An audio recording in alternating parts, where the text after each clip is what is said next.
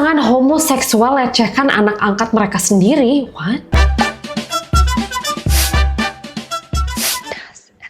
Hi everyone, welcome back to Naz and Loud.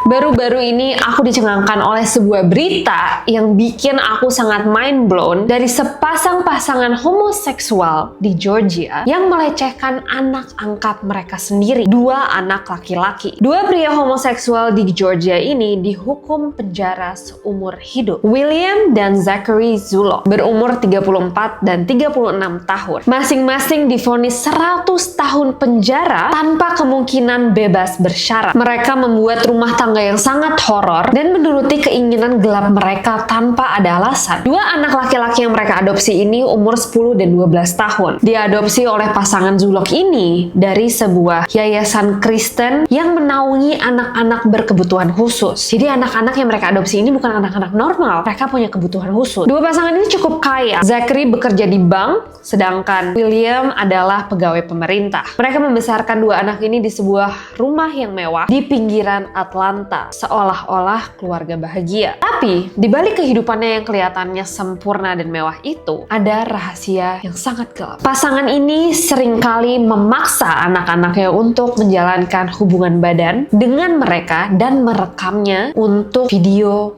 porno anak-anak. Mereka bahkan menyombongkan kejadian ini ke teman-teman mereka yang sama bejatnya. Seorang saksi bilang ke polisi bahwa Zachary pernah mengirimkan pesan Snapchat yang isinya, "Aku akan meniduri anakku malam ini, tunggu saja," bersama foto-foto anaknya sedang dilecehkan. Selain itu, mereka juga diduga menggunakan media sosial untuk menjual anak-anaknya sendiri ke setidaknya dua pria dalam jaringan pedofil lokal yang sangat jahat. Pasangan ini ditangkap di 2022 lalu setelah seorang anggota dari jaringan tersebut ketahuan mengunduh video porno anak-anak. Orang ini memberitahu penyidik bahwa pasangan Zulock membuat video porno dengan anak-anaknya di dalam rumahnya sendiri. Dan semuanya sudah terbukti, keduanya juga mengakui kesalahan mereka atas tuduhan pelecehan anak, sodomi, dan eksploitasi seksual anak-anak. Gara-gara kasus ini, aku jadi pengen tahu apakah ada yang terjadi juga yang beritanya serupa dengan itu. Ternyata nggak cuma di Georgia. Kejadian serupa juga terjadi di Mataram, NTB, Indonesia. Dan ini dilakukannya oleh seorang dosen kepada mahasiswanya sendiri. Seorang dosen berinisial LR ditetapkan sebagai tersangka setelah setidaknya melakukan pelecehan seksual terhadap 15 hingga 22 mahasiswa dan alumni dari beberapa perguruan tinggi. Dan berita ini cukup baru karena terungkapnya itu di Desember 2024 lalu, setelah penyelidikan panjang yang dilakukan oleh para aparat. LR diduga melakukan pelecehan dengan modus menyimpang berupa ritual keagamaan yang palsu atau tidak nyata seperti mandi suci, transfer ilmu, dan zikir zakar, serta menggunakan berbagai ayat suci untuk membujuk para korban. Kejadiannya itu di lingkungan kampus dari Agustus hingga September 2024 lalu. Bayangkan guys, ini terjadi dalam 1 bulan dan korbannya bisa sebanyak itu. Ini juga melibatkan berbagai kekerasan fisik seperti memegang dan memainkan alat kelamin korban. LR sudah ditahan sejak April 2025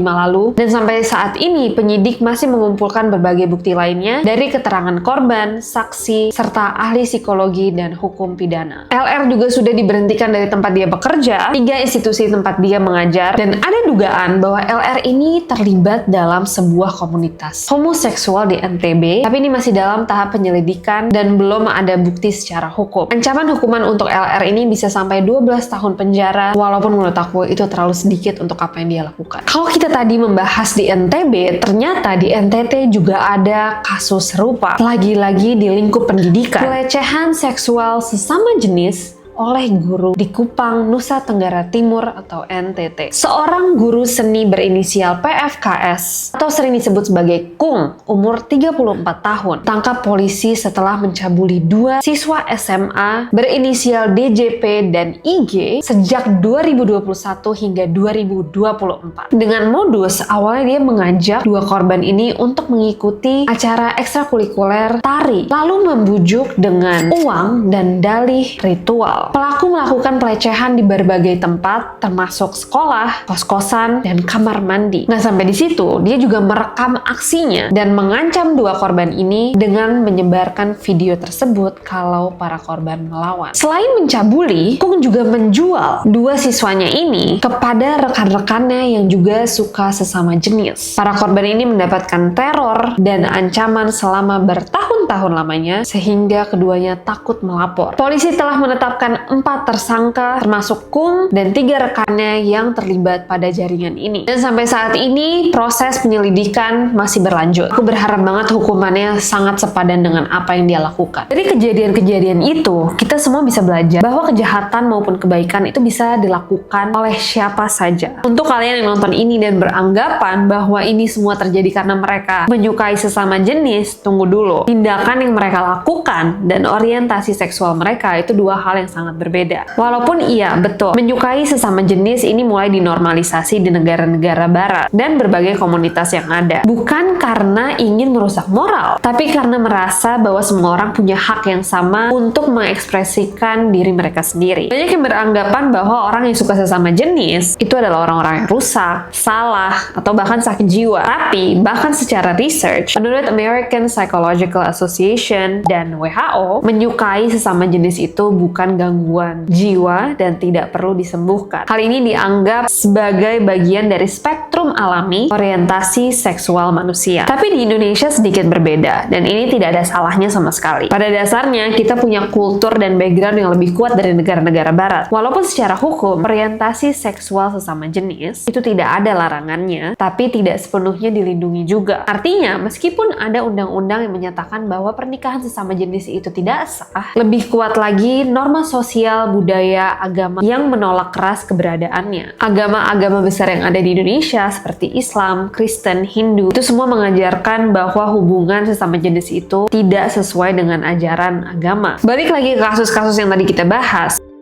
Seksual itu bisa terjadi di mana saja dan dilakukan oleh siapapun, dan tidak bergantung pada orientasi seksual pelaku. Ini semua ada di niat jahat mereka dan rasa ingin menyakiti dan memanfaatkan kekuasaan mereka. Lagi-lagi ini kasus yang terungkap, mungkin banyak di luar sana yang belum terungkap. Kalau kalian punya cerita serupa, boleh banget komen di bawah dan kita bisa diskusi. Jangan lupa juga untuk like, share, comment, subscribe, dan follow juga semua social media platform aku, semuanya @NazJudge, and I'll see you guys on the next video. Bye!